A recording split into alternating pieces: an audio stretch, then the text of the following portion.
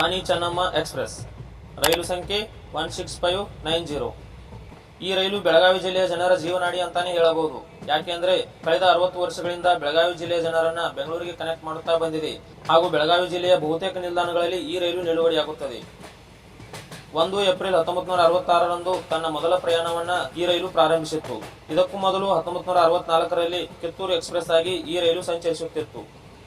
ಈ ರೈಲು ಮಹಾರಾಷ್ಟ್ರದ ಸಾಂಗ್ಲಿ ನಿಲ್ದಾಣದಿಂದ ಪ್ರತಿದಿನ ಮಧ್ಯಾಹ್ನ 3 ಗಂಟೆ 5 ನಿಮಿಷಕ್ಕೆ ಹೊರಟು ಮಿರಜ್, ಉಗಾರ್ಕುರ್ದ್, ಕುಡಚಿ, ಚಿಂಚಲಿ, ರಾಯಬಾಗ, ಚಿಕ್ಕೋಡಿ ರೋಡ್, ಘಟಪ್ರಭಾ, ಗೋಕಾಕ್ ರೋಡ್, ಪಾಚಾಪುರ್, ಬೆಳಗಾವಿ, ಖಾನಾಪುರ್, ಲೋಂಡಾ, ಅಳ್ನಾವರ್, ಧಾರವಾಡ, ಹುಬ್ಬಳ್ಳಿ, ಹಾವೇರಿ, ರಾಣೆಬೆನ್ನೂರು, ಹರಿಹರ, ದಾವಣಗೆರೆ,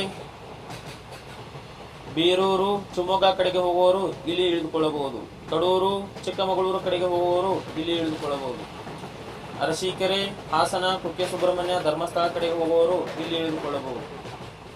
ತಿಪಟೂರು, ತುಮಕೂರು, ಯಶವಂತಪುರ ಮಾರ್ಗವಾಗಿ ಕೆಎಸ್ಆರ್ ಬೆಂಗಳೂರು ನಿಲ್ದಾಣವನ್ನು ಮರುದಿನ ಬೆಳಗ್ಗೆ 6 ಗಂಟೆ 20 ನಿಮಿಷಕ್ಕೆ ಈ ರೈಲು ತಲುಪುತ್ತದೆ.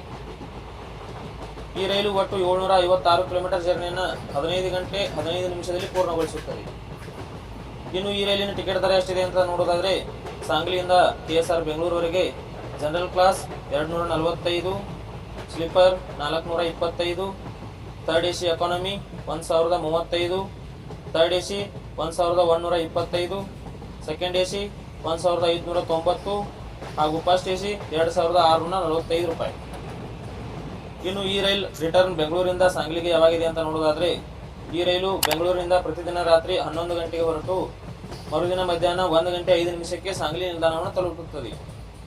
ಈ ರೈಲಿನ ಬಗ್ಗೆ ನಿಮ್ಮ ಅನಿಸಿಕೆ ಏನು ಅಂತ ಕಮೆಂಟ್ ಬಾಕ್ಸ್ನಲ್ಲಿ ತಿಳಿಸಿ. ಈ ವಿಡಿಯೋದಲ್ಲಿ ನೀಡಿದ ಮಾಹಿತಿ ನಿಮಗೆ ಯೂಸ್ ಆಗಿದ್ರೆ ಈ ವಿಡಿಯೋಗೆ ಒಂದು ಲೈಕ್ ಮಾಡಿ. ಅದೇ ರೀತಿ ಈ ವಿಡಿಯೋನ ನಿಮ್ಮ ಫ್ರೆಂಡ್ಸ್ ಅಂಡ್ ಫ್ಯಾಮಿಲಿ ಮೆಂಬರ್ಸ್ಗೆಲ್ಲ ಶೇರ್ ಮಾಡಿ ಅಂತ ಹೇಳ್ತಾ ಸಿಗೋಣ ಇದೇ ರೀತಿ ಮತ್ತಷ್ಟು ಮುಂದಿನ ವಿಡಿಯೋಗಳಲ್ಲಿ. ಅಲ್ಲಿಯವರೆಗೂ ಜೈ ಕರ್ನಾಟಕ.